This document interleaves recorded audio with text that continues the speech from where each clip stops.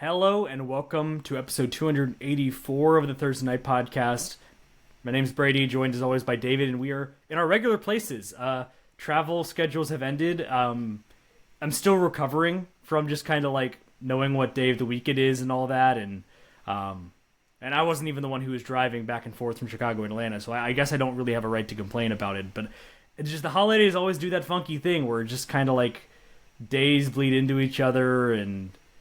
All for good reasons, because spending time with family and loved ones, and so it's a positive, but it does mean that every time we hit New Year, it's kind of, I've got to kind of get my feet back on the ground. I don't know about you.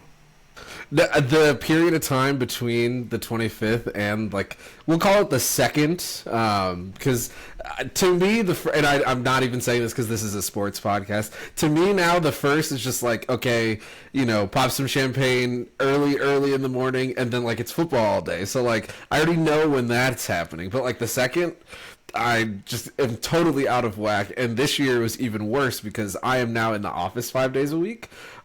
So we drove back from Charlotte because we went from Atlanta to Charlotte for a wedding, and then we drove back from Charlotte on Saturday before this past Monday, and like Sunday we were like, we just need like a day to like not do anything. But I knew I was going into the office, so I knew what day it was, but still it was very disorienting. The last like 2 weeks have completely blended together, so kind of getting my bearings from that has been a challenge, to say the least. And I mean, as far as our purposes, talking about Georgia State sports, it is just generally a weird time. Football ended even earlier, has the last 2 seasons, where sometimes there's games going in the middle of December, and so the schedule feels less fragmented some years, and this year that was not the case, and went 40 days without going to an event, which finally did again. I realized right as we were about to record this that we do have to talk about men's basketball's game back against Columbia College in last year. I had originally only intended to speak about their Sun Belt games, including one of the most absurd halves of basketball that is ever going to happen involving any team, let alone Georgia State. We'll get to the basketball stuff for sure as Sun Belt play rolls on. Georgia State men's team, at least, extended homestand. But before then, football has kind of been like an avalanche of news the last week or so, and the last couple of days, especially on the player side. So I'll let you set the menu, David, for the listeners, I guess. Do we want to go coaches or players first on this football stuff? I think coaches. Coaches definitely first. Yeah, and so when we talked last time, we had the news they were going to move on from Travis Pearson as defensive coordinator, Carter Blunt as special teams coordinator, and I just had a feeling with the way everything was set up that we're going to get news on the affirmative side of they're bringing someone in a lot sooner than, there wasn't going to be another month, and that was certainly the case. And just like what it was with the announcement of the dismissals, Football Scoop had the news first that co-defensive coordinator, linebackers coach John Hanline was going to join the program from Youngstown State, where he has been there the last 4 seasons, the last 2 as defensive coordinator. Before that, he had spent 4 years as the defensive line coach at Western Illinois. And then after that, a few days, got the news that the defensive coordinator, or might also be a co-DC, but this is going to be the play caller, also work with the safeties, Cam Clark, who had been, which will be a kind of a mind-boggling thing, I think, for people who hadn't been following this, has been working with the Duke quarterbacks the last 2 years. He has been on the offensive side, but he has made his bones on the defense. He was defensive coordinator at Thomas County Central High School in Georgia, 2022-2023.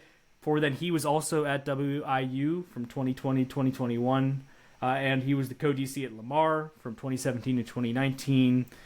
The defensive coordinator at NAIA Faulkner University College, one of those, in 2015-2016. And before that, to kind of wrap up the bio, but also to kind of put this into perspective of why this is probably the name, in 2013, he and Del McGee were both off-field like analysts, coaches on Auburn's staff, which ultimately came just short of winning the national title that season, losing to Florida State. So I'm imagining the familiarity there is a big reason why Clark was the hire, and Coach Hanline having been with him at Western Illinois, there's some familiarity there as well. These are not like you look at it and it's like this is a slam dunk hire, like we know this is going to work. This is X, Y, and Z. Like the resumes as far as defensive play calling are not just the most standout things that you point to and say, like, this is definitely going to work. But I think that this is the smartest assembled staff. Just the pieces they've added make sense. There's some familiarity there. And I think it ticks a lot of boxes as far as Coach Clark has Georgia experience, Georgia high school experience, which Del McGee likes. And I think there's reason to be optimistic that, like, if you had to grade on the curve of, like, they're 4-20, I think you got pieces that fit for what you're hoping to improve. And I guess the bar to improve is not that high because of how poor the defense played in 2025. But I think you can spin this in not a way of just you're looking for every rainbow. Like, it's not just a case of, like, I'm not going to try and overcook it, but it's also, you can see why this could maybe work and why this could bring some continuity and familiarity that maybe has been missing and maybe has been the issue with this coaching staff being able to put the best product on the field. Yeah, if you're looking at Duke's passing defense from last year, you're certainly not going to expect this to be a great hire. He's innocent because he's working with the quarterback, so he was exactly. Yeah, exactly. He was. I guess I don't know what he's doing, Darian Mensah, but he was cooking the defense. And that's I always like it when coaches switch sides of the ball like this, because you can really see who is a gym rat for football, and just who kind of is very specialized. Not that being specialized is the problem specifically, but I don't know. Like this is an interesting hire because you are really kind of playing on that relationship in the previous history that he has with Coach McGee. So I'm not going to sit here and tell you, I agree with you. It's not necessarily a slam dunk hire from the perspective of like, oh, they're now going to go be like James Madison holding every Sun Belt team to like 10 points or something like that. Like, I don't think you would entertain that, or I should entertain that either. With a defensive scoring average that starts with a 2. Right. And that was kind of where I was going. Like, yeah. I'm not saying that this is a hire him for 2 years and then improve the defense to where the points allowed starts with a 2 and then move on or something like that. But I don't know that I can necessarily complain because Duke's Georgia State's defense really was that bad that quite literally anybody probably is at bare minimum an all right hire. Whether or not they're a good hire, we'll see. But, I can't really fault this one too much at this point in time anyway. And I do think that there's something to be said about, a consistent message in a guy that has already worked with some people on this staff before. And, you brought both of them in, so they're both new.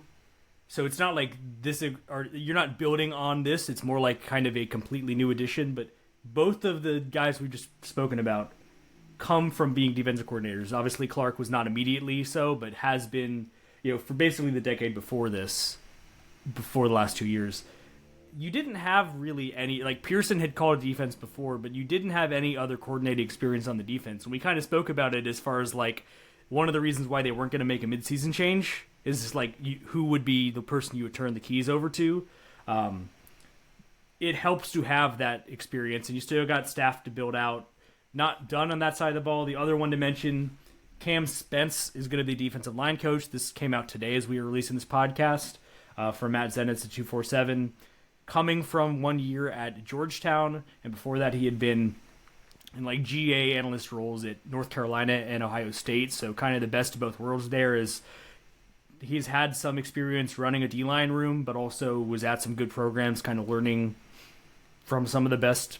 Ohio State's defensive line coach is one of the gold standard coaches. I mean, and you look at the people they put in the NFL, it speaks for itself. So, like I say, a lot of intention put into this set of hires. Obviously, you had to because the intention is we don't win games. There's going to be issues heading into next offseason.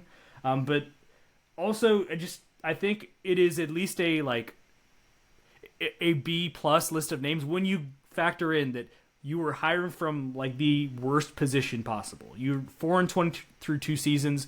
You were not going to get your first name on the list. You were not going to get A+ hires from this point. Just not realistic because you can't sell that type of job security to the kind of people on the market where, when say they're up against James Madison, who's bringing in a new coach and paying him a lot of money, like, he has a lot more stability if Billy Napier and Del McGee are offering the same guy the same job. He's going to take the other one because he knows he's going to be there in 2027 with Billy Napier at JMU, even if the season doesn't go great, whereas you can't really make that promise based on how the first 2 seasons have gone. And so there's guys that have made this move taking a leap for sure, because if year 3 doesn't go well, I'm not sure if there's a year 4, but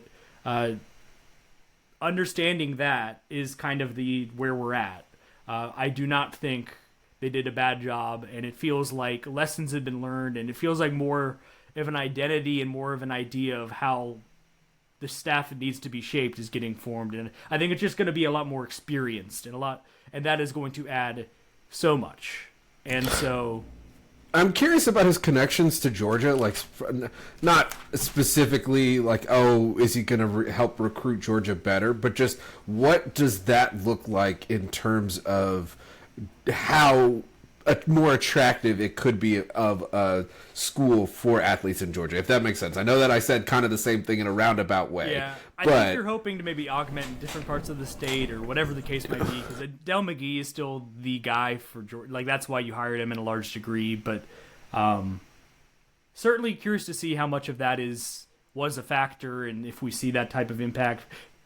Thomas County Central, he was the DC there a couple years back. I haven't done the research yet. So I think we've kicked it into the semi-long grass as far as doing some digging on, like, are there players from those defenses in the portal right now that maybe are an option that want to go play for their old coordinator from high school? I don't know. I'm curious what the defense looks like. I don't have a total grasp yet as far as like what he ran before, and looking to dive into that. And also, that's just kind of a good thing to keep in your back pocket for February and March and April months when there's not as much going on. So surely we will have time to figure this out, right? On the table. Some of it is strategic to leave it for the time being, but those are the coaching news that have been announced. Just about done, I would say, but not entirely, and expecting some more. Obviously, none of this is still official from the school, so expecting that step as well, which will give us the titles and all the good news there, and just kind of everyone's new responsibilities and how the roster settles. All that's going to factor into this spring and then heading into 2026. And keeping tabs on the portal, and I wouldn't probably have, drug out a whole long segment if there's like, we got a name here or there. But there's actually a fair amount of movement, and maybe not unexpected. Classes start next week. So I don't know what the literal rules are as far as like when a guy has to be in, because I know part of the reason people didn't love the January window is that like literally enrolling is happening now, and so it's like they are up against it in every FBS and every FCS program right now and every D2 program. But there was a bunch of commitments that came in the last few days that felt worth mentioning, especially because you kind of pack them together, and they're in areas that were certainly you lost players you needed to improve from last season. And so I want to kind of bunch those together real quick. There's 3 offensive linemen with kind of a theme between the 3 of them that got added. Michigan offensive lineman Connor Jones, Iowa State offensive lineman Dalen Hazard, and Oklahoma State offensive lineman with an 80 grade offensive line name, Gage Staniland. I mean, that's incredible. No notes. Like, that's just that's a perfect, pitch perfect offensive line name. They're grouped together not just because of their position, but they're kind of in the same boat as far as Staniland played 40 snaps this past season, and that is the most of any of them at their current or their previous schools. Jones from Michigan, 23 snaps this past season. He's 6'6", 320. Hazard actually did not play a single snap this season, but he played 35 in 2024. 6'4", 320.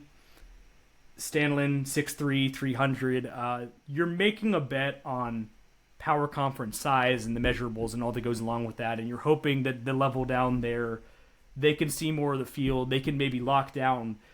I think the best case for this team is that those are 3 of the starters day one. And no guarantee that happening. We've seen it not work before, but I'm sure that is part of the calculus. And we'll go through the other names we have are all non-FBS additions that they've made, and there's more than a bunch. Like we go back to the podcast with Ben, we talked through a few of those that came on the signing day class. I think offensive line is certainly an area that you're going to still see them emphasize the power conference level downs, because there's not a great level of track record of having all of those type of players hit when they come to the G5. But offensive line, you're always going to covet the size and just the measurables and all that. And so we'll see how it works out, but that certainly feels like a big swing towards this is how we plan to fix this position group heading into next season. Yeah, I mean, you could argue that right there you've got your 2 tackles and maybe a guard, maybe a center.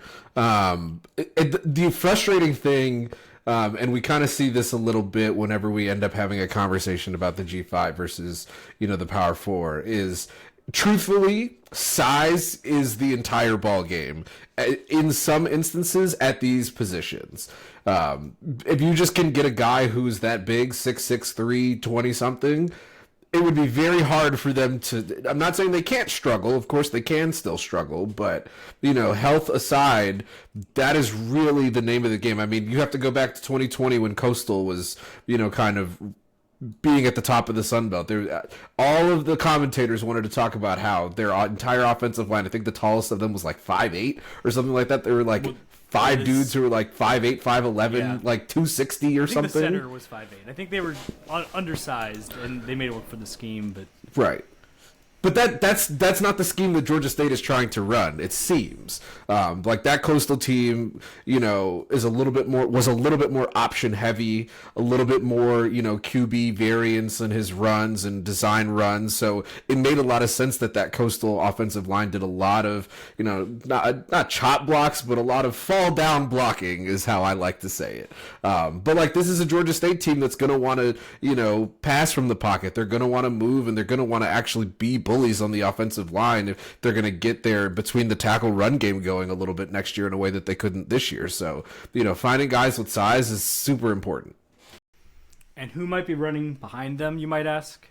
Well, there's some players that are coming back that I'm excited to see next season, what steps they take. But one of the players that just got added, shorter running back, Lanier McCrary, I think this might be like the best stat line of a Georgia State incoming running back. I mean, granted, some of them came from high school, so maybe some of those numbers were gaudy, but as far as a college, from the transfer era, he was 1,044 yards, 9 touchdowns on 173 carries, and he had an average of 24.2 yards per kick return. So some special teams work in there as well.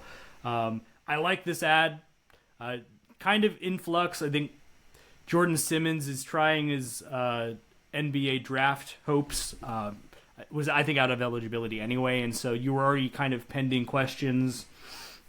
To get ahead of the next part, we're talking about Exeter's. TJ Payton decides to go into the portal, so you're losing a piece there.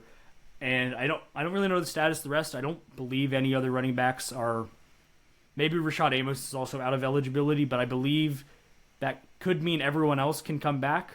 But I feel like this gives you someone who has been a really productive college running back before, and that makes you feel good. And like I say from before, whereas we're seeing the offensive line from the top level of the sport, this guy from D2, we see a few of those through this class. Like, they clearly are targeting the lower levels. And when your guy Ted Hurst is about to probably be the best draft pick in Georgia State history, and maybe by some considerably large measure, we've seen it work. Obviously, the record wasn't great this past season, but you've seen the cases of it working. And so I don't necessarily think tripling, quadrupling, however manying down on that strategy is a bad plan. When you made some of the other types of additions where you swung high at some guys leveling down and it didn't work great, the skill position level. Yeah, I think the success for where they are right now, the success in college, that matters. I mean, you saw it when Georgia State pulled up Darren Granger a few years ago.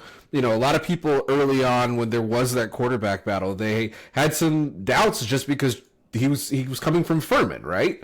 But at the same time, though, get him in the system, get him, a year in the off-season program, the strength program, and Georgia State got a 2.5-year starter out of it, a really good starter out of that, so not saying that I'm specifically pegging, any of the transfers to do that specific thing, but they, as you said earlier, they have kind of swung and missed a little bit on some of the guys coming down from the Power 4 level. And it's not to say that all people are going to be like that, no, but I do think that in this realm of the transfer portal, sometimes guys who did play and had success, those guys are still going to be just as coveted as guys coming down, in a way that I think those guys were coveted more prior to this current level of the transfer portal. Yeah, I mean, it's the cliche of, like, you just want to get good football players. It's like, when you see it, and so you don't want to box yourself out of getting a guy who might be available from Power Conference, but the track record's not great, and I don't want to put any specific label on any of the players who came and gone from this program, but Del McGee spoke about kind of like missing on the character. Always is like a loaded word, but like the mix in the locker room, that he felt like maybe that wasn't great, and they didn't do a good job of evaluating the people they were adding as well. And I kind of take that to kind of, I feel like the biggest reason you would do that is you see a guy from a big program coming and saying, we want him to come in, and maybe you are willing to take a chance on some of the other stuff and you don't do your due diligence as much. And so we see it with Jonas Hayes in basketball. They certainly emphasized guys coming from lower levels, and until now it hadn't really clicked. We'll get to that in a few minutes. So it's not a infallible strategy, because at the end of the day, it's going to come down to how the team gels and how they win games in the fall more than anything else. But I think what you like to see is that even though this isn't really what you were sold, as far as, like, I think the high profile getting guys from big schools to come was maybe why you thought Del McGee could be a hit. But when it hasn't been going well, I think you like seeing the shift and seeing them try something different and adapt their strategy, because clearly doing the same thing a third straight season was not going to be a good idea. And so they're trying something, and the last area where they are trying that very evidently is the secondary. They add Benedict, I think that's a D2. Benedict cornerback Andre Jocelyn is the fact of the matter, is who they added. He had 7 pass breakups in 9 games this year, so it's a pretty good clip for a cornerback. You also added North Carolina A&T defensive back Trey Mittman, which is a good defensive back name. It would be an even better wide receiver name, but beggars can't be choosers. And he's a safety. He's got 75 tackles this year, 7 PBUs, an interception, and early scout on the team you're playing in week 1, because he's coming from the team Georgia State will be playing in their season opener. Just funny how these things work out in the modern era. And then today, as we record this podcast, they added another safety from Monmouth, Juice Lee, who also had 78 tackles, so a couple of safeties with tackles in the 70s, 9 pass breakups, a fumble recovery, a tackle for loss. And so that position took maybe the biggest battering of guys that left last month. So you added a ton of experience in the last few days just at safety and cornerback. And so more of the same strategy there. And I don't think you're done yet as far as the numbers, but they've done a good bit of, like, the last week, the last couple of days, really, they have done a ton of work in making big swings, adding to this roster, and getting closer to where they want to be heading into the spring and into the fall. Yeah, and I would much rather they take these swings like this than do the same strategy that they've done over the last couple of years. Obviously, something had to change, and I'm at least appreciative that it, I don't know who sent the message, but it does seem like for now the message has been received. Yeah, and we'll dig into more of that as well. It's distracted a little bit right now because, again, by the time you're listening to this, you will know the same thing that just dropped, that the much ballyhooed Trae Young trade just went through. Trae Young is a Washington Wizard, which you know in the future already, but it's not brand new information because this has been coming for a few days, but that is just happening right now. So I've been checking my phone as I've been alerted to that happening. New era in Atlanta professional basketball. A little bit of a new era in if we were doing this transition now, that would have been perfect because we could talk about how men's basketball looks better. But I was actually going to end on football real quick, but just by mentioning a few of the names that have entered since we last spoke in the portal. Mentioned TJ Payton, inside linebacker Kedrick Walker in the portal, freshman defensive back Chandler Jordan in the portal, defensive lineman Jaden Roper, offensive lineman Dom Johnson, and outside linebacker Caden Adkins. Since we last left, the current tracker from Panther Talk, 13 in, 33 out in the portal, so still some balance to be made up there. And guys, Walker, you were probably looking at as maybe being a guy in your rotation at linebacker. Peyton in year 2, and especially when he was kick returning already, maybe you're thinking could be something bigger in the future. But guys moving on, adding to a list, but none of the names there that make you just kind of rock back in your seat and just go like, the season's over, So best of luck to everyone who's moving on, and obviously we'll keep tracking the football stuff, the roster moves, the coaching news becoming official. But 25 minutes in, time to shift gears to... It feels weird that we're going to kind of build up to the craziest game of the week, but we do like to do things chronologically here. But I guess the big note at the top is, since we've last been on the podcast, Georgia State men's basketball 2-1. They beat Columbia College 110-72 back ages ago at this point. The last day we recorded a podcast was when that game was. And then they went on New Year's Eve to Huntington and lost 84-80 to Marshall. And then just a crazy basketball game that this is why you come back to the sport. This is why I come back to the sport, just because you can't predict it ever. 89-71 win at Coastal Carolina, in which just the most absurd offensive stat line for Georgia State in the second half of that game to lead them to victory. But going to go through it blow by blow as we do, just sticking to our brand, going through it. Not going to spend very much time at all on the non-D1 game, but since we hadn't talked about it yet, wanted to bring it up. They win comfortably. Actually thought for about 16 minutes it was pretty poor effort, especially defensively. But Jonas Hayes attributed some of that to they hadn't played in a while and, whatever. They got it in check, and it ended up being not that close in the end. And the other thing to shout out is, if you're watching, you can see the full stats. I won't go into just the entirety of it, but Chris Jones was not there for a long time. He was there for a good time. 10 minutes of play there in garbage time. He gets 16 points, 5 of 8 shooting, 3 of 5 from 3. Just an absolute offensive explosion off the bench there. It's fun to see from the freshman, because Micah Tucker getting all the attention because he's playing a lot more, but I still like what I've seen from Chris Jones and his bench role. And Jonas made a point as he was sitting there with him at the podium after that game of being like, he has never once complained about not playing. He is happy in the role he's in. He's growing. And so always nice when guys get their little moments and actually get to do something on the court to kind of show what they're able to do. That felt like the biggest takeaway for me from a game that largely ended up being pretty uneventful. Yeah, I'm going to challenge the uneventful part, but I'm going to sit on it only because I feel like for now there has been a slight resetting of the vibes. And I think this game was very important because sometimes in basketball, you just need that confidence back. And I'm not going to sit here and tell you that they're going to rattle off 7 straight wins or anything like that. They've already lost since that game. They lost their very next game. But I also feel like potentially we have seen what the bottom of this year looks like, and they are probably going to be a step above that. I'm knocking on wood just like everybody else, but I think this game was important because it just showed them like, hey, the schedule is what the schedule was. We just needed to come in here and kind of beat the crap out of somebody, and that's what they did in this game. I mean, looking up and down the lineup, you got contributions from everywhere.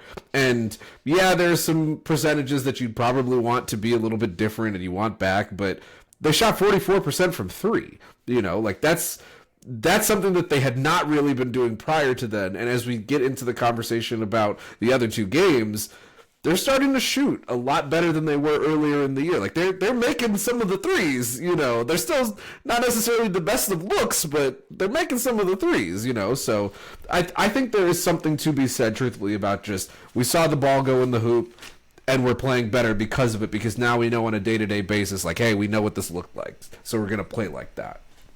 Should also say, because there's 2 teams involved, I thought Columbia came to play. They were running really good offensive sets, and so some of it was like they weren't missing, but they were also getting themselves good looks. They ended up 12 of 21 from 3, which you don't love, but as we'll talk about on the other side of things, like there can be those halves where just a team just has the rhythm going and they're making a lot of threes. So ended up being a footnote, concerning because there were some bad closeouts early in the game, but they got it in check. They won comfortably and put up 110 points. They've now hit the century mark twice this season. Did it in one of the other games against Non-D1.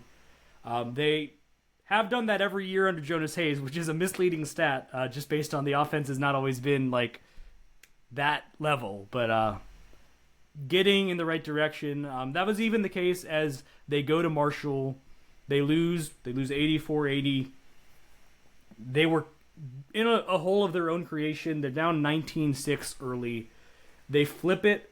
They get an 11-0 run and I think a couple of pretty long scoreless stretches for Marshall.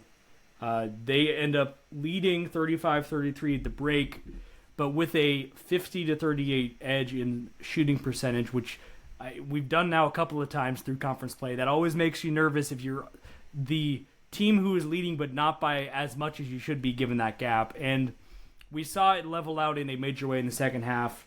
Marshall shoots 63%, 50% from 3 in the second half, and Georgia State's numbers slip all the way down. They shoot 38%, 30 from 3. The thing that kept them in it was they shot 16 and 19 from the free throw line to Marshall's 10 of 16, but Marshall got going offensively. The rebounding margin was Georgia State actually won it by 2, but Marshall, especially in the final stretch of the game, it felt like every rebound they needed, they got. And it felt like every time they were lining up a 3, it was going in those key moments. And it was a valiant effort that I think got vindicated with the game that was to come.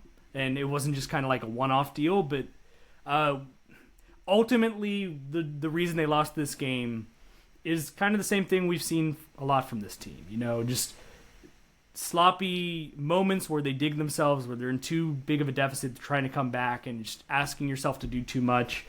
The closing seconds, Ayuba Bertha hits a 3 to cut it to 82-80. So like 10 seconds left, and no one is ready for the inbound. And Marshall got an incredibly easy dunk in transition or layup, whatever it was, to make it a 4-point game and just kind of end the hopes, because it was going to be one of those cases where you need like everything to go your way, and just like weren't prepared for that moment. I don't think they had a timeout to call there, so coaches got to get them ready in that last timeout of just always being ready to guard against the inbound. And so a lot of familiar symptoms to the loss, but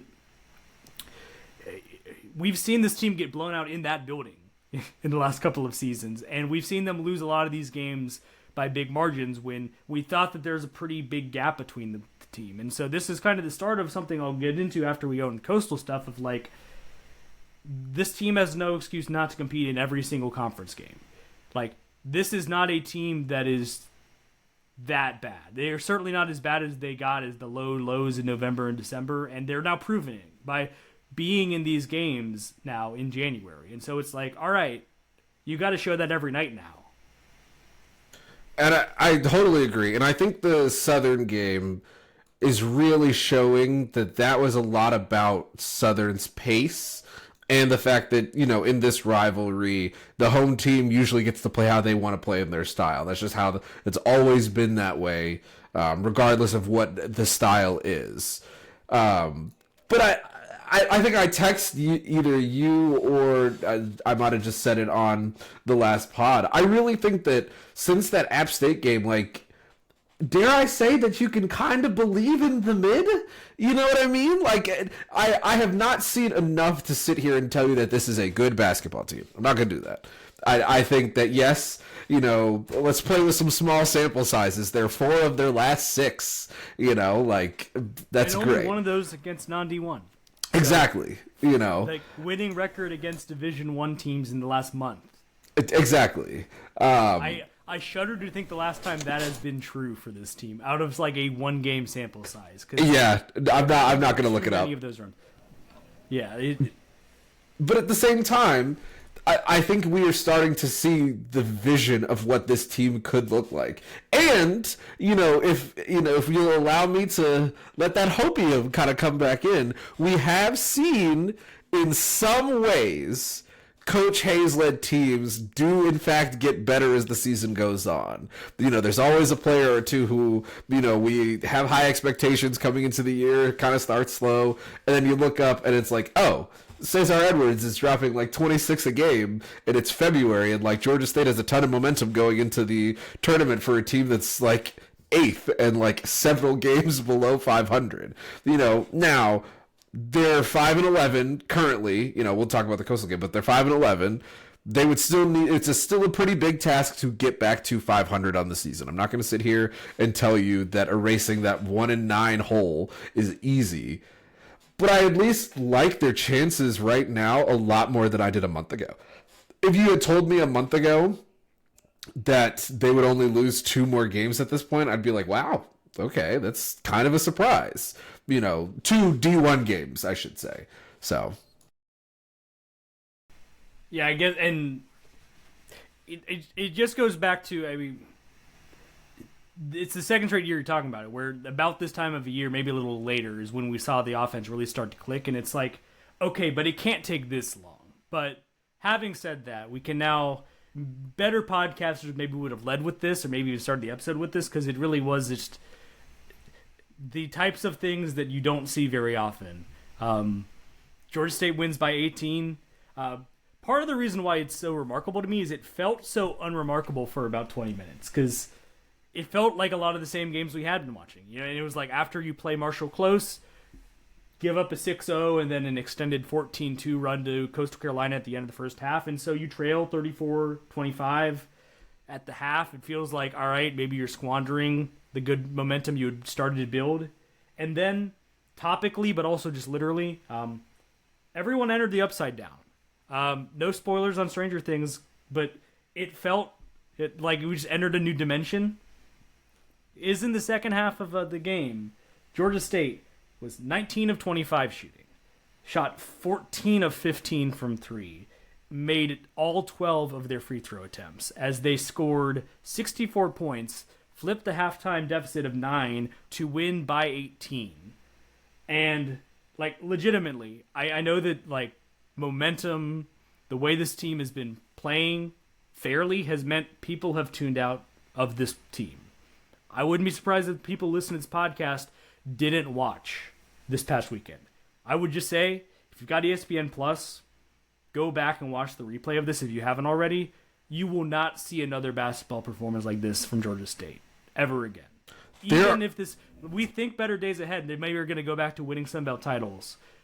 They are never going to have a half-lap basketball like this ever again. This is the stuff that you have a one-of-one, where literally all but one of your threes go in. You make every free throw. You shoot 75% over 20 minutes of basketball. Like, frame that, because that's not going to happen ever again. And it was just mind-boggling to watch it happen live, where just everyone was making. It wasn't a case where, one guy's making, like RJ Hunter could take over games and make 8 threes in a row. It's like, yep, that's RJ. You had Malachi Brown, 6 of 6 shooting, 4 of 4 from 3. Trey Scott, 3 of 3 from 3, 4 of 4 from the free throw line. Jelani Hamilton, 15 points, 4 of 4, 3 of 3. 4 of 4 from 3, 3 of 3 from the free throw line. Just multiple guys went unconscious from every part of the court. I mean, I think the best way to describe this is there are like 5 or 6 games this year where they scored fewer points than they did in this second half against Coastal. Like that, they had 25 points at halftime and almost scored 90. Like that's incredible. That's not something that I've ever seen. I very rarely see, power conference basketball teams do, yet alone a Georgia State being able to put 64 in a half. I mean, there was almost nothing that Coastal could do at that point. Yeah, and I mean, they weren't all, like I think you alluded to earlier, they weren't all great percentage looks, but they were all great shots because they went in. And it just, at a certain point, it was kind of like theater of the absurd of like, they're just making every shot. Like, this is just going to keep happening. And it even continued into the final minute when the game was over. Jelani Hamilton hits a three in the corner, and it's like, all right. And I even put on Twitter, it's kind of like putting a bow on this. Jelani Hamilton makes three, 13 of 14 and a half. Crazy. Then Trae Scott hit another one the next time down the court to make 14 of 15. It's like,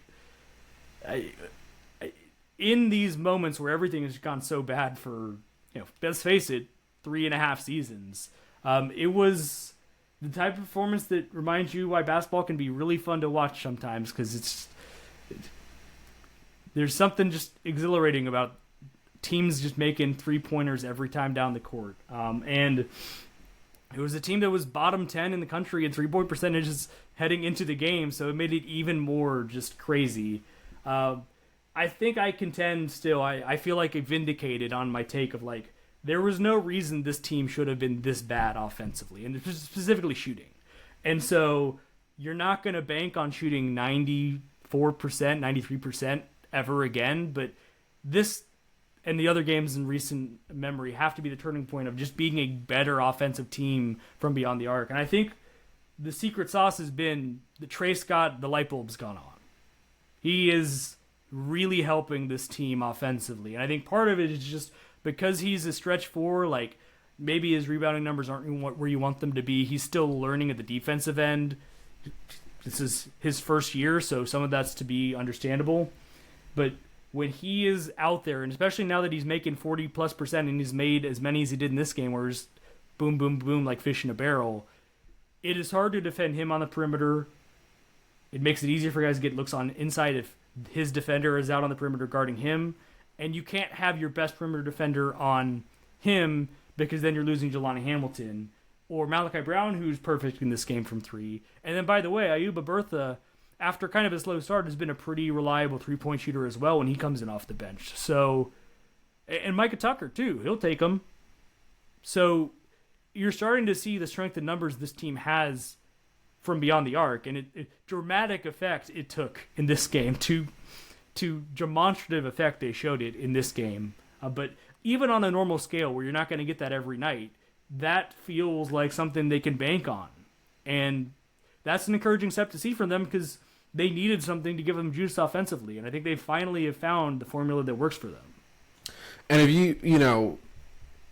if you want to convince me that there were some injuries or some chemistry issues early into the season, time will still tell how true that is, but it's very frustrating how bad it got when you've seen what they've been able to do. I mean, again, like a month ago, we were talking about a team that we thought would struggle to get to like 75 points, and I know that they had the Georgia Southern loss where they didn't hit 70. They had the App State win where they did hit 70, but it's like they've at least been able to consistently push those points up and up and up in the other games around there. And I will throw away the 110 against, the non-D1, but still, I mean, they're finding ways to put the ball in the hoop in a way that I think early on the defense wasn't as big of an issue. It was just, there was just no offense. So if you can couple a renewed sense of offensive ability,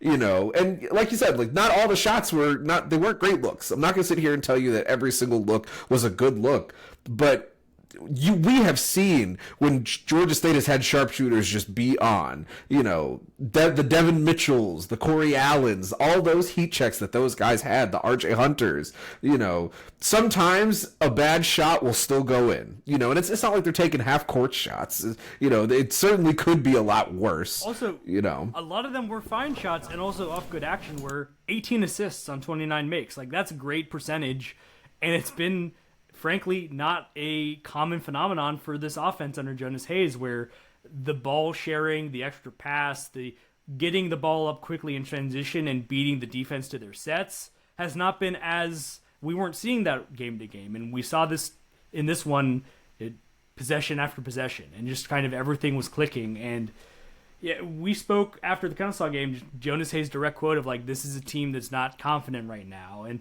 I think they found it. And I don't know what it will translate to, and they're still 6 games under 500, but they're even in league play. and they're able to, like, this is a team that's capable of going 500 in league play, which is not going to save the season, but I mean, for the nightmare scenario we were living through, where it was like, does this team win 5 games? Does this team have any chance at getting to double-digit wins? It feels like we are back out of that. And that at least is progress, because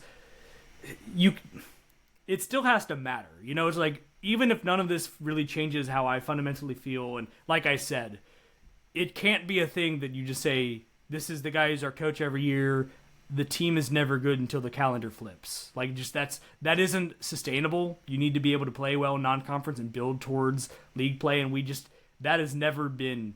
All of the non-conference slates for Jonas Hayes' teams have been bad. This is probably the worst of them by a good measure, but it's been par for the course. But it has to matter that you're winning games and that it's not an embarrassment like you are very much risking, as the results were going very poorly in the first months of the season. So I want to hit the middle ground there of, like, I'm not hitting the extension button, but nor am I going to dismiss this as like nothing. And especially if you have been watching these miserable games, if you tuned into the South Dakota State game, if you paid for Flow Hoops and tuned into the Cancun games and saw whatever was going on there, I hope you watched this one, because it was a lot different of a result. And like I say, it resets the conversation to where this week, and we don't have to spend a ton of time on the coming up games because it's old opponents, so there's not a lot. You're not doing a new scouting report there. Hosting App State this week on Thursday, hosting Marshall, so on a quick turnaround, you're playing them again. It's a team you beat by 7 on the road and a team you lost to by 4 on the road.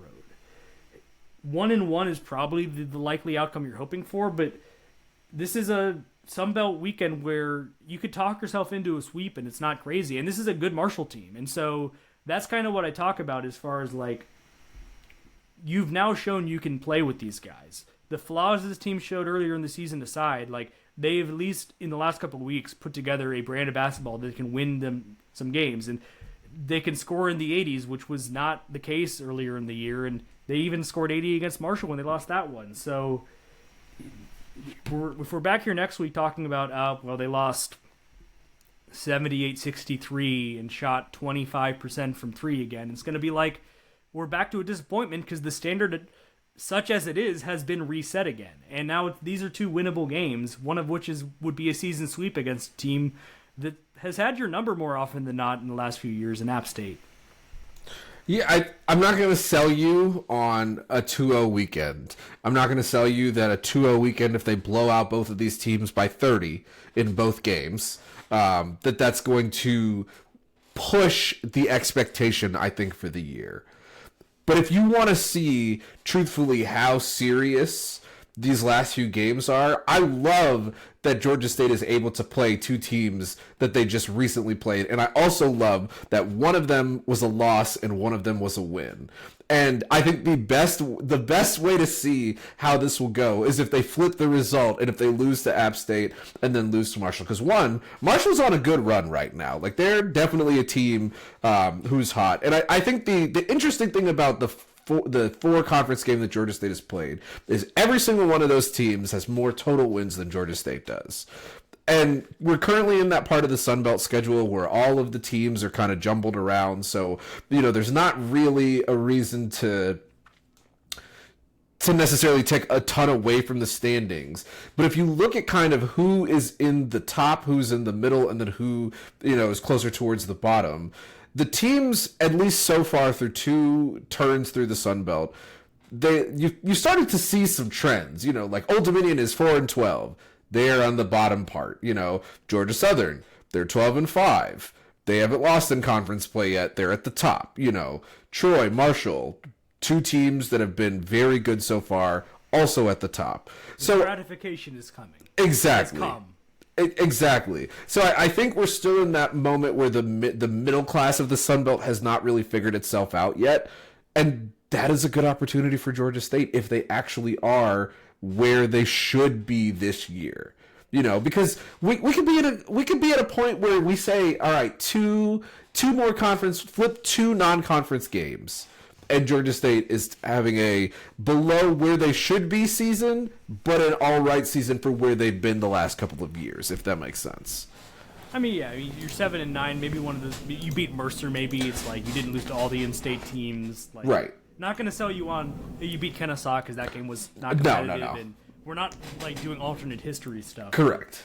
And also, just add on to that, this is the start of 4 of 5 at home, and the lone road game in that stretch is at ULM, who is 3-13, 0-4 in league play, rated as one of the worst teams in Division I.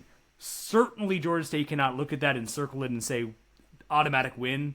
They've struggled on the road, and they can't take any game for granted, but this could look respectable in a hurry. Like, you could look up and be like, oh, Georgia State's, what you want to say, 5-4 in league play.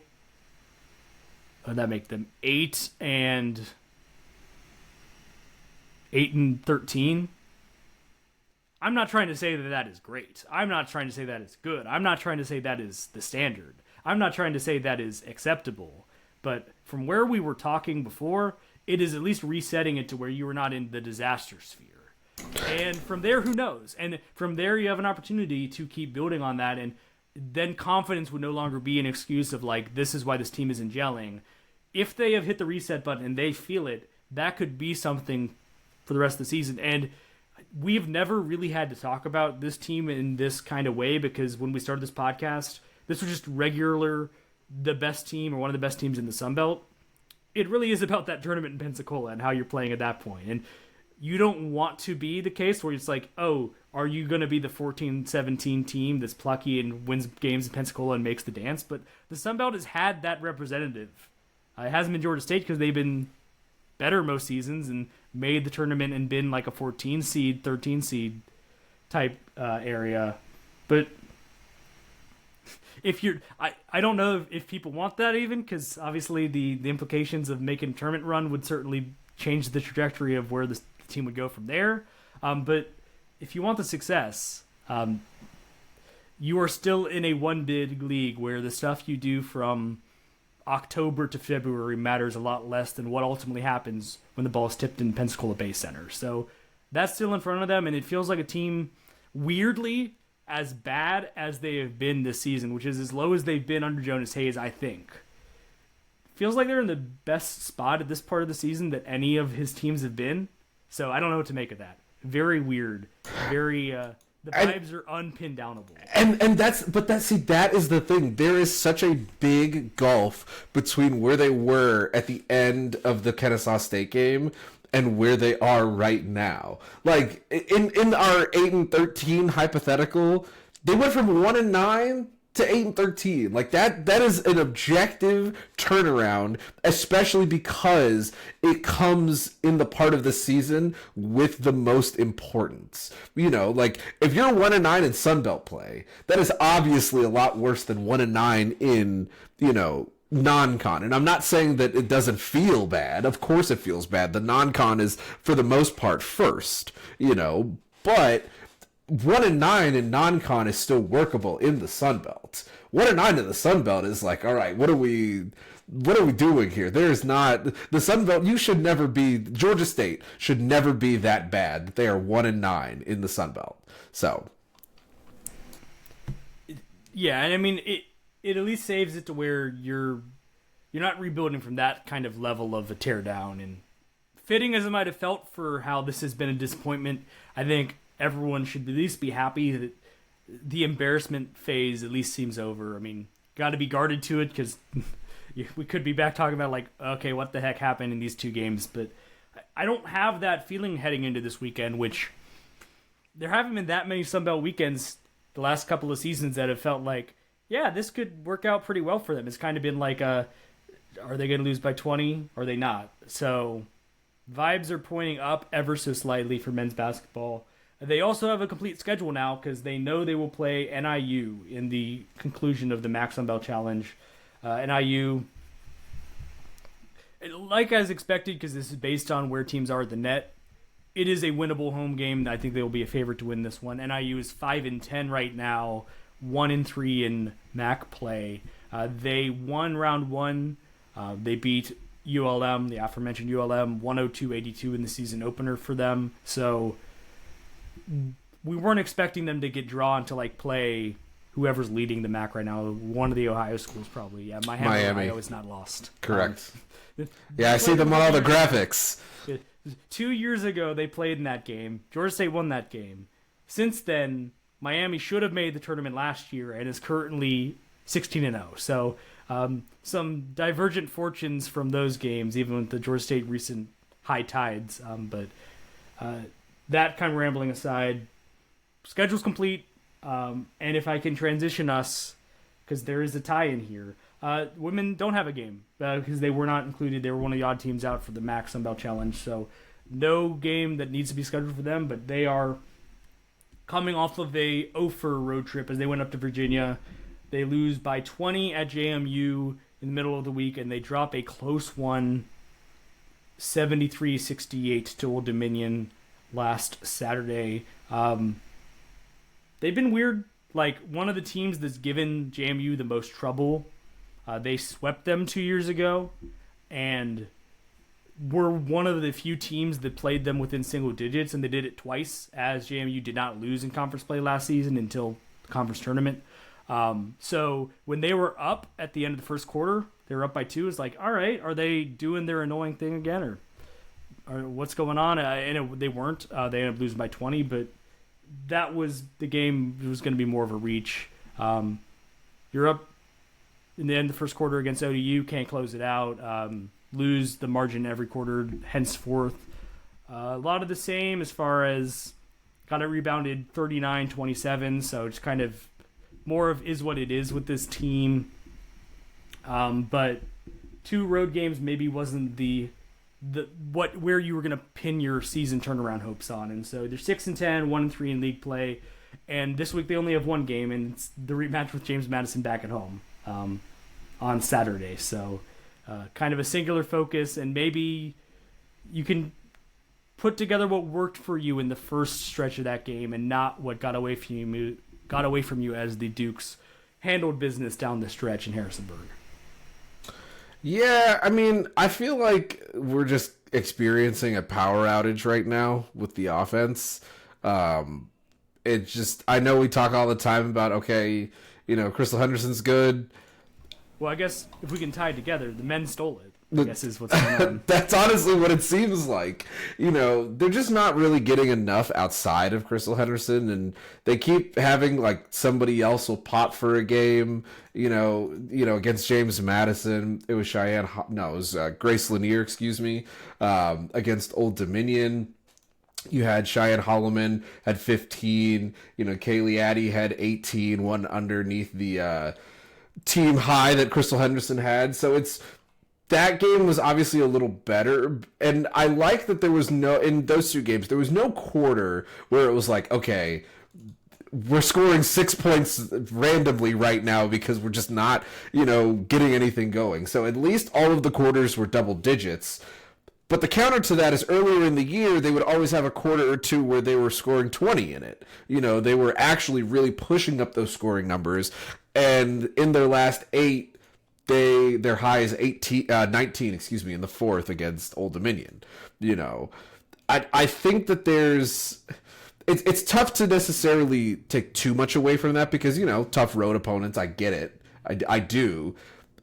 But something feels off right now. And so maybe just one game this week with James Madison might help them kind of reset the vibes. I'm not 100% sure because I can't tell if it's still facing like the conference player of the year type in Peyton McDaniel, and right. It's a good team that whether you've been kind of voodoo for them or not, it's still going to be hard to beat. And you lose this one, you can only you only lose one spot in the standings, but you can also only make up one. So right, exactly. But something is a little off right now. So hopefully they can figure out what it is and get back on track. Yeah, I don't know when it really clicked for me that it's like, I think football and men's basketball are doing a really good job of covering. There's kind of like, it was going pretty poorly there. It has been going pretty poorly for the women's basketball team this year, especially when after last year and bringing Crystal Henderson back, you kind of hoped that it would be a springboard to something. And it just feels like a team that hasn't really been able to, especially at the offensive side, as you were talking about, put it all together. And the Sun Belt on the women's basketball side is having like its best season in years.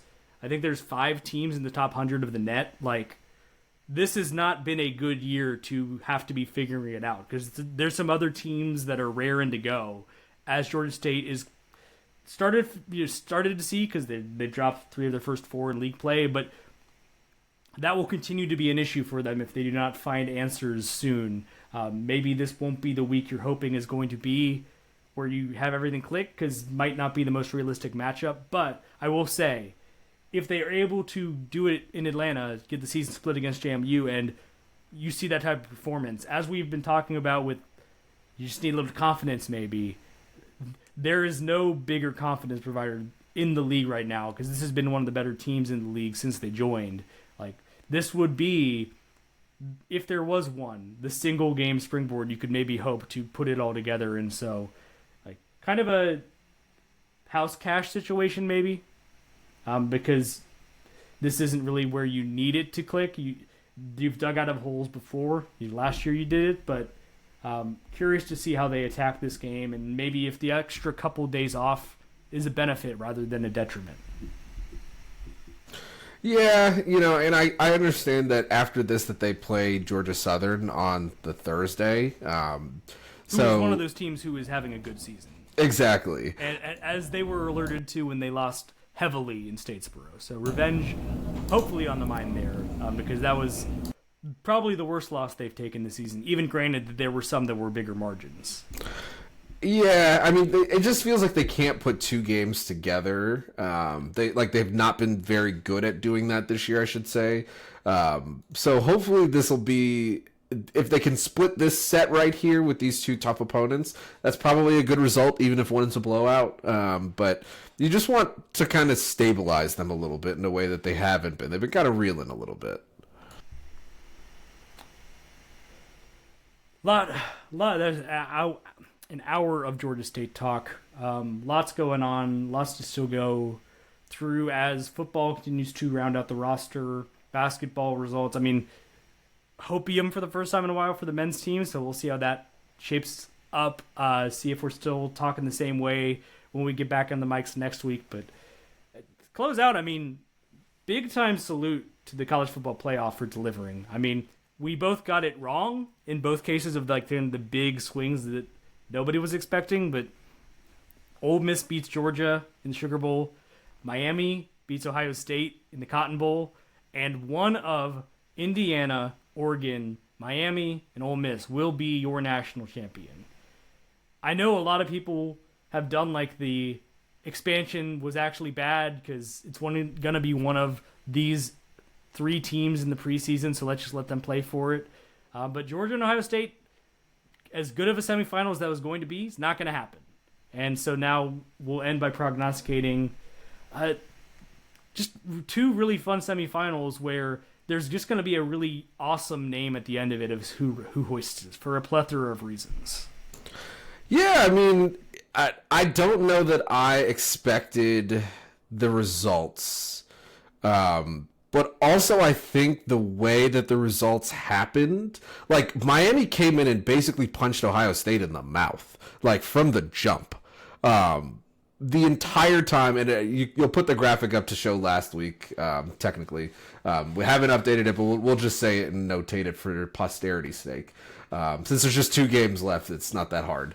I think that game was a huge surprise, and I love that Ole Miss came back against Georgia because I think Georgia was starting to have we'll call it a feel of invincibility as they ended their season, especially with the way that they kind of dominated Alabama in the college football playoff.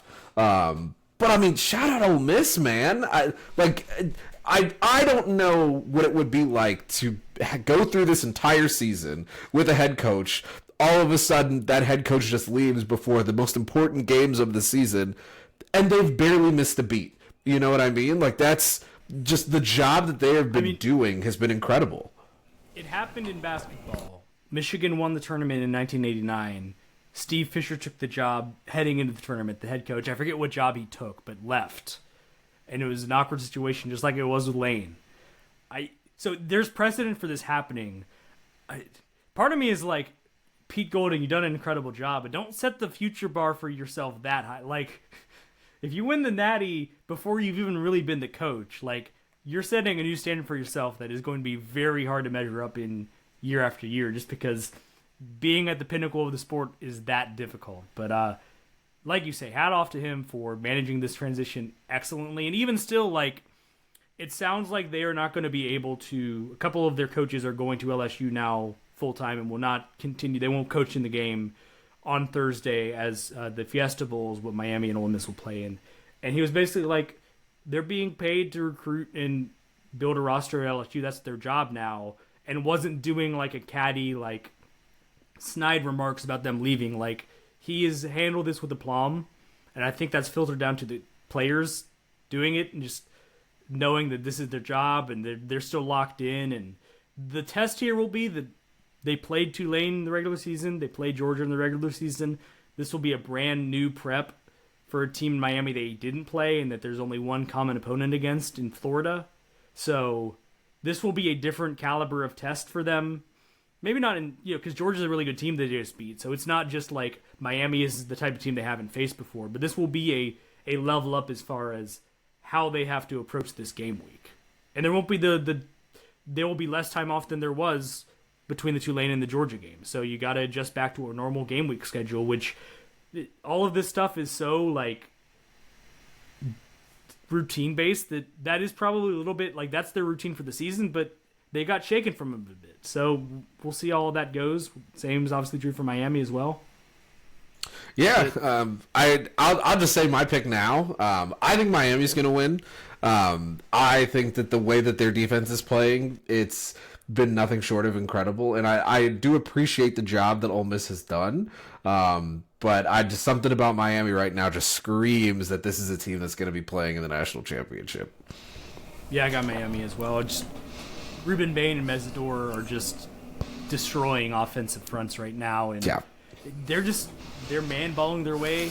They're doing what Mario Cristobal has professed he's wanted to do, and look, they have been in 2 close games this playoff. He hasn't done it. Not messed it up. Nope, he has not. Maybe he's not even come close. It's coming. And the other factor is, like, Ole Miss has had some of that. Like, they gave up 3 points they gave up the opportunity of scoring 3 points at the end of the first half against Georgia because they just messed up the end of half situation with the clock. So you head into this game, there's always the joke of, like, the other team has the coaching advantage, and Pete Golding's done a great job, but because of the whole situation with the staff and what we've seen on the field, even as they won the game, it might not be the case where Mario is, like, the disadvantaged coach here. And certainly they're playing the brand of basketball that the brand of basketball, can't get out after talking about it for 40 minutes, playing the brand of football that, like, they say they want to do, and they're doing it to the SEC team, to Ohio State, now another SEC team coming up. Like, they're swinging back against the narratives in a big way, and so that's kind of fun in its own way to watch, especially because the ACC's taken a kicking, Miami in particular is taking a kicking, and so I don't have any allegiance to Miami, but just on the grounds of, like, they've almost become an underdog in all of this just because of the way people talk about the sport nowadays. You got to respect them kicking that and just saying, nah, we're going to line up and just do it. We're just going to run through you on both sides of the ball. And they've done it so far, and I think that Ole Miss is probably better than A&M, but they're not better than Ohio State. And they're not more physical and not, like, built to win those type of games more than Ohio State is. And so Miami might be back in, like, where that is their edge in this game. So I agree. And, to do the other side, I have thought about this a lot. Oregon, Indiana. Atlanta. In Atlanta, that's true. The Benz is getting a great football contest on Friday night. I hope my shout out my D&D partner Luis. I hope he's not listening to this podcast. I have to go Oregon. I mean, like, I don't want to. Everything about me just screams that, like, Fernando Mendoza is going to ride off into this first overall draft by the Raiders as the, Heisman winner and the national champion, throwing 400 yards on whatever poor defense, he sees. But that performance this past week, I mean, Texas Tech had nothing. Just nothing. And I mean, if you look at all three levels of Oregon's defense, you could find a guy who made like 10 plays, multiple players in all three levels made 10 plays in that whole game. You know, like, it was just relentless. The pass rush, the linebacking crew, you know, the secondary. I mean, it's not even just because it was a shutout. It was just the way that they achieved it, you know. And I think the offense can do just enough as they've done all year. I don't know. Like, I have such a hard time picking Indiana in this one just because of what I saw from Oregon. See, I thought you were going to take Indiana, and so it was going to be a little bit of some contrast and some drama. But I just have the same feeling. I think Oregon's got it right now. It just like feels like Dan Lanning's moment as the coach to kind of have that national crowning. I would love to be wrong because, I mean, at that point we're talking about whether it's Miami or Ole Miss. Indiana, the Indiana Hoosiers would be the favorite heading into the national title game, the expected national champ, which it just speaks to the job that in very short order Curt Cignetti has done. I'm just think, like you said, could be something, especially after losing the regular season game, that Oregon's going to have defensively to just throw Fernando Mendoza's game off a little bit. And this is going to be a game that is going to be close either way. It's going to come down to the margins, and so I feel like that is going to be a factor. And as they've played the one game, they battered Alabama, and they looked great. Their defense had a lot of answers for what Ohio State was trying to do offensively. Dante Moore has the capability of, going out there, putting on a show, and being like, "Take me number one in the draft" type deal. Like, they're like not getting healthier. Like, they're very clearly like DeCorian Moore still working back at receiver, and a couple of guys they had said, "Oh, we're going to get these guys back," haven't played. So, and I think they lost a running back to injury too in practice or at some point in the last week or so. Maybe it was during the game against Texas Tech, and I just missed that, but. There was always like if Oregon gets healthy, maybe this is going to be the time for them. And I don't even know if they're fully healthy. I just think it might still be the time for them anyway. And just in a game that'll come down to a play here or there, probably. We could both look really stupid if Indiana just mows them down like they did Alabama and like they've done most of the teams on their schedule this year. I remember when Illinois-Indiana was a toss-up and Indiana won it by 53. So, like, betting against them seems stupid. But I just got a gut feeling on Oregon right now. And Oregon, Miami, I don't know. I see that in my head as far as like that just fits as the national title game in a way, and I guess I'm doing great uniform matchup, by the way. If that's what happens, that would be incredible. I had hopes for the Oregon Texas Tech game for being a great uni matchup, and both of them went really. Texas Tech went all black. Yeah, it was Oregon so boring. Went black, just missed the opportunity there. But I think you're right. I think no matter whatever permutation gets spit out, it will be a great title game, and it will be a fun champion, and it will be a fun game.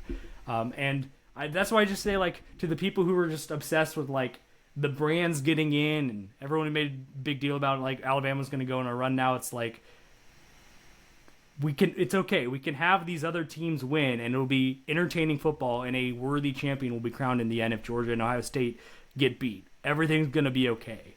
I just think we're set up for a fun last week. Well, I guess we can change at this point with the semifinals and the title games, and I am a sucker for it every time because no matter how I feel about the sport and the portal's going on right now, and clearly a very unhealthy spot as far as how everything is happening at once, the lane situation kind of magnifying everything that is wrong with that, but I always get drawn back in by the ball, and an entertaining end of the season is upon us in the college football world. Yeah, plus that Alabama game was more about Indiana than anything else. Like it's. Yeah. I know people do this all the time with a hot, not 12-5, like 8-9 game in college basketball, like NCAA tournament. You have a surprise 8-9 game, then they win the round of 32, and then they get kind of to the regional finals. Then they get creamed by a team that was just very clearly better than them. Like that happens, I don't even say that as a slight to Alabama. Like them losing by 38 right there, or We can slight them. We can. Them losing by 35 right there, especially after the way that they beat Oklahoma the week before, like that seems about right for where this specific Alabama team is. Because think about what Oklahoma would have done. Oklahoma's offense would have done against Indiana. Not a dang thing. Not a dang thing. They might have got shut out like Texas Tech got shut out. So I feel like people wanted to have takes about this, but I really think that, yes, the gulf between... Can't believe I'm going to say this. The gulf between an Alabama football team and an Indiana football team really is a 35-point Rose Bowl loss. And it's a new world where everyone has been like, Kentucky is this and that, and worst team in the SEC as far as football. It's like, go spend your money on basketball. Yet they hired Will Stein, Oregon's offensive coordinator. Yeah. And they're bringing in and at least talking to some very interesting names in the portal. And you have to take seriously the idea that they're going to go 10-2 next season to make the playoff. Yeah. So that's what this sport is now, which I think ultimately we'll see how long this form of it lasts. But that is not a bad thing because Indiana was a laughingstock in football, and they are 2 games from a national title right now. Don't they have more bowl wins in the last 2 years than they did since 1991 or something like that? Like, come on. I think that was their first bowl win since 1991. So even better. Yes, just this past week they got it. So, this is the great leveler, and there's some negative byproducts of just how the sport is organized now. But there's also the positive of you really have to go into every season now taking just about every program at the Power Conference level seriously, and the same opportunity for growth is there for the G5 level. It's kind of a different, it's obviously not a level playing field at all, but you've seen teams in the last decade that Tulane a decade ago was not what it was now in football, and now we're talking about if this Will Hall hire doesn't work out for them, it's Tulane is going to be a bad football team again, and that's going to be disappointment. Whereas a decade ago, that would have been crazy talk to think, what are we expecting from Tulane? All that filters down to say maybe there's something there in the cards for Georgia State down the line. But I just have to say that because we're a Georgia State pod. We got to wrap up and got to tie it back to somehow after 20 minutes of just sidebarring talking about other people's football teams that are still playing football right now. Got to. But that's going to do it for this episode of the Thursday Night Podcast.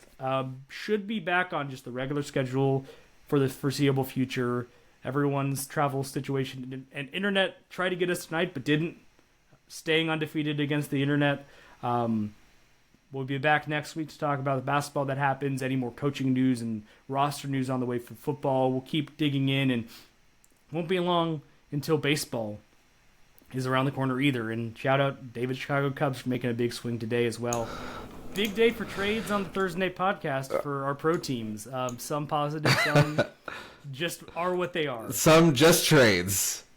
So we'll stay icy here on the Thursday Night Podcast, and we'll catch you next time.